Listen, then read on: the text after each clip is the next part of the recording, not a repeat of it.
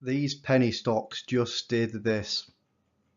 We'll go through it in this video. I'm going to say I'm not a financial advisor. I am a business teacher in my daily life, but I'm by no means an expert on the stock market. We'll go through some of the information that I've got for you today, some of the research, some of the thoughts. Stay to the end. I think I've got some thoughts that will be beneficial and be quite valuable to your trading. And I'll go through some information as well here in this video. It'll be quite an interesting one, this. If you leave the video a like at some point, then please do. That'd be much appreciated. So let's go through it. So first of all, we've got Zomedica. Okay, ticker symbol ZOM. Okay, and I've talked about this previously in one of my previous videos. If you want to look at that, feel free. We go through the stock in depth. Well, I talk about the stock in a top list. I'm going to actually create a separate video that goes through this in depth. So this was around like 0.4, 0.5 on the 7th or 8th, 6th of January, so 0.4 should I say, and it's already run up to 0.91. So if anybody's got in when I suggested it, you're up should be up around 80 to 110%, I think, depending on when you got in. So this stock has absolutely shot up. I think it does have a lot of potential as a Medica, ticker symbol ZOM. I think it could run up much further, actually. I think it has the potential to run up much further long term. Of course, it may dip down a little bit because it has had quite a big run up. So it may dip a little bit and then consolidate, but then continue to move up in the medium term, right? But it's a stock that does have a lot of potential. And also you've got something called Polarite Inc., which is Polarity TE, should I say? Polarity TE Inc. Ticker symbol PTE. This is another stock that's moved up massively. It actually hit nearly $1.60. It did then come down a little bit for the day, but this is another stock that we're up a significant amount on from when I suggested it. So this is one of these stocks that's got a lot of potential as well. Look into this one, look at the research for this. This has actually got a price target of $3 as well by 3 analysts. So even at $1.20, according to the analysts, this is a bargain. And again, it did peak to $1.60, so we know it can now go to that level, $1.60. And then you had some sell-off, people taking profit naturally, and then it dropped a little bit here. But I think that it's got a lot of potential. But again, we're significantly up. Even though it has this drop, we're still up quite a lot on this stock. So something to look into. Look into this one just to put onto your radar. Some of the updates on the stocks. This other one is going absolutely really good at the minute. TRXC. I remember making a video, an in-depth video. Look back in my previous videos. I think it was like three days ago. We suggested that at 0.85. It was up a lot in the pre-market and then it just shot right up to nearly $2. Okay, it's come down a little bit again because it's consolidating. People are profit taking. People are up, almost, what's like 150, 200% or something. So people are naturally profit taking. No problem with that. That's what they want to do. That's their game plan.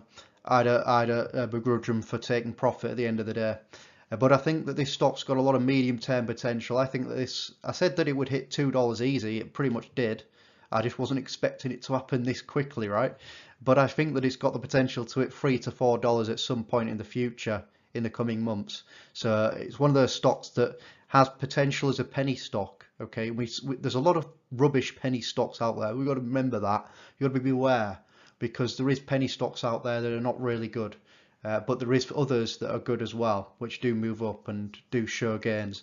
Now, naturally, we've also seen some galaxy movement from Gaxi, which is on a downward trend at the moment, which I would say is a buying opportunity. And again, with penny stocks, you need steel hands. Okay, because they're a roller coaster ride. You need steel hands not to sell at a loss. And unless something fundamentally changes in the company, I would never advise selling at a loss. Unless it's run up massively and then you want to take your profit, or maybe your stocks run up way too much, like 500%, you try get in and get firmer and then it comes down, then that's mistaken and obviously potentially sell at a loss because you've just bought at the peak. We never do that. We always say to buy when there's a dip. We also always say to buy incrementally in small amounts. That's what we always say on the channel. I've got to say thank you to everybody who's subscribing to the channel and liking the videos, because you're really making this channel blow up. We're getting really close to 5,000 subscribers now.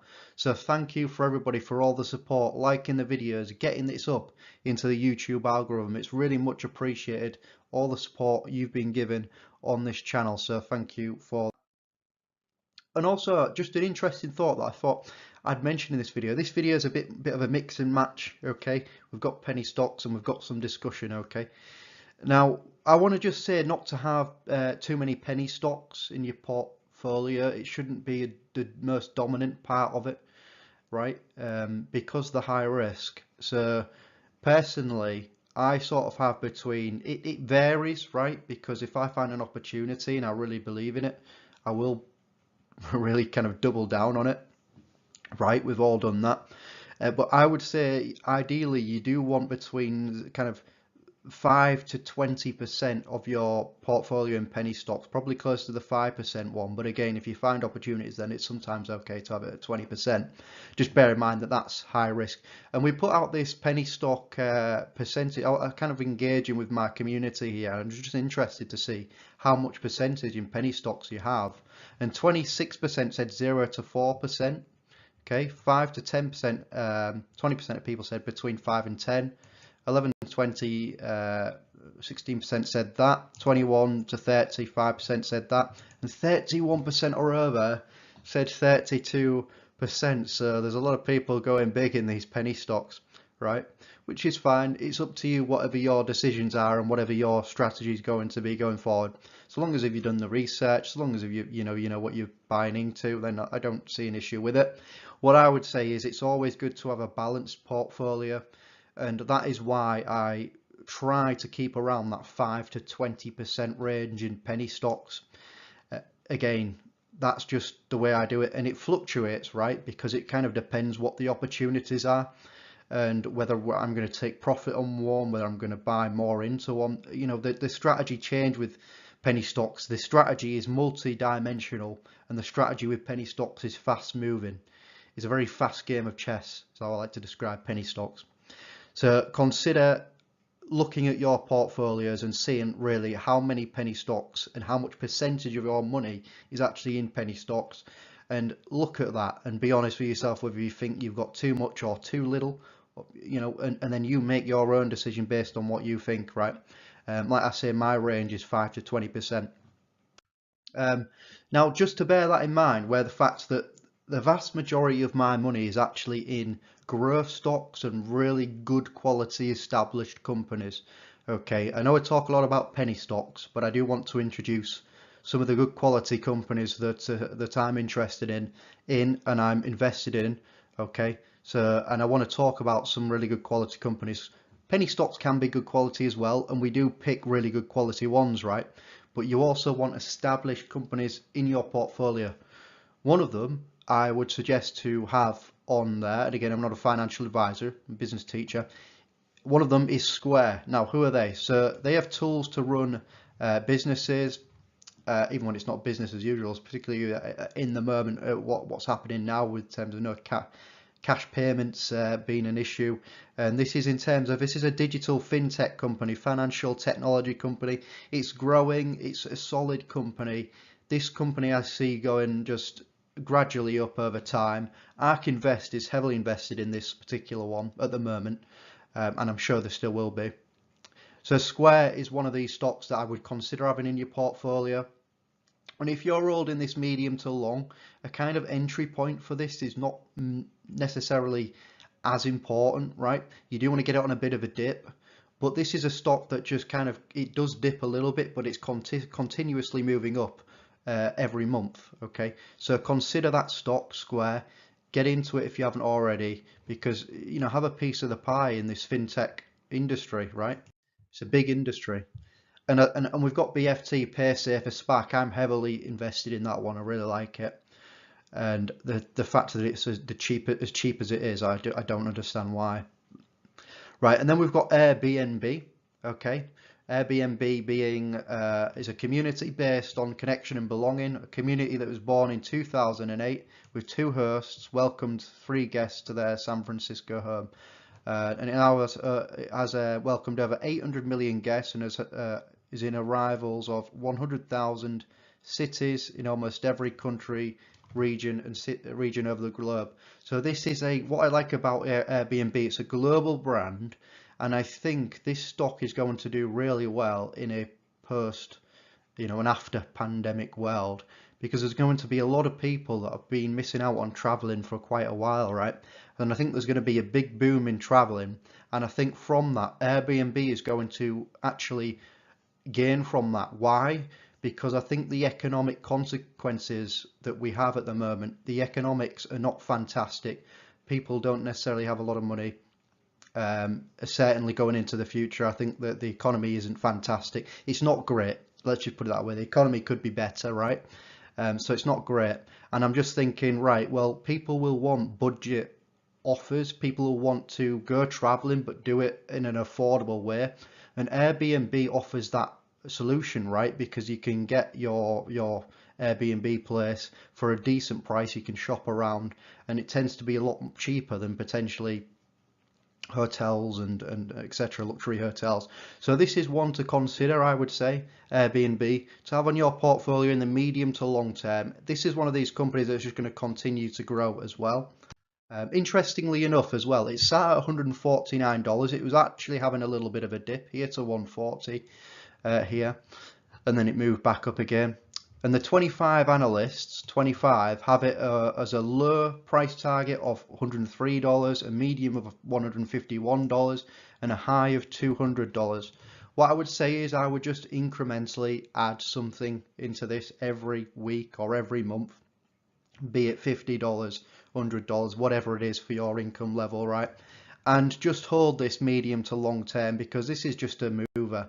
It's just going to move up gradually every month, every few months. In a year you're not necessarily going to triple your money or anything like that, but it'll move up healthily, probably 10, 20, 30%, right? 20%, 30%, more like 20 to 30. So it's got a lot of potential, and it's just a good investment, I would say, Airbnb. Look into that one. The next one is ChargePoint. Obvious reasons, we've gone through it, because more electric cars are coming onto the roads, because we're getting more policies that are actually helping move this electric revolution forward, so to speak, this move towards electric vehicles. ChargePoint is going to seek to benefit because they're charging electrical vehicle cars. The more cars we have, the more charging points are needed. So again, ChargePoint has got a massive infrastructure in place already for when that switch happens, and it's starting to happen, and it's just a matter of time. It's not a matter of if it'll happen, it's just a matter of when. So if you're holding this stock for the long term, there's no problem there. It's going to be moving up. So again, if you're not in ChargePoint, get a position sorted. I don't care how small or how large your position is. This is one that's going to move up very well. Okay, so consider ChargePoint.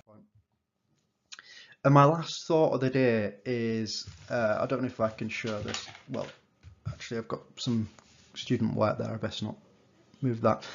My last thought of the day is a game plan, right? You've got to have a game plan for your stocks, and what I always do is, for the week ahead, I always write down. So I write down what stocks I'm looking to increase the position in, what stocks I might potentially looking at taking profit in, and what stocks I'm kind of researching into, doing more in-depth research before I make a decision.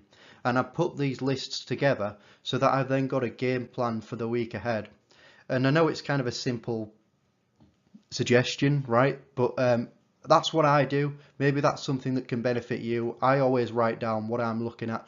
I write down what my decisions could be in the future, because again, you can't remember everything, especially if you've got a busy job. Like for me, I'm a teacher, and I've been incredibly busy, so I can only get one video out today for you. But I like to write down stuff just to keep my mind focused on what I want to do with my game planning for my investments. Something to consider. I would consider doing that. Always have a game plan.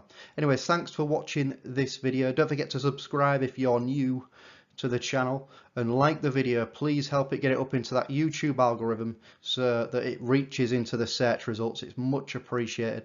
Anyways, thanks for watching, and I'll see everybody in my next video.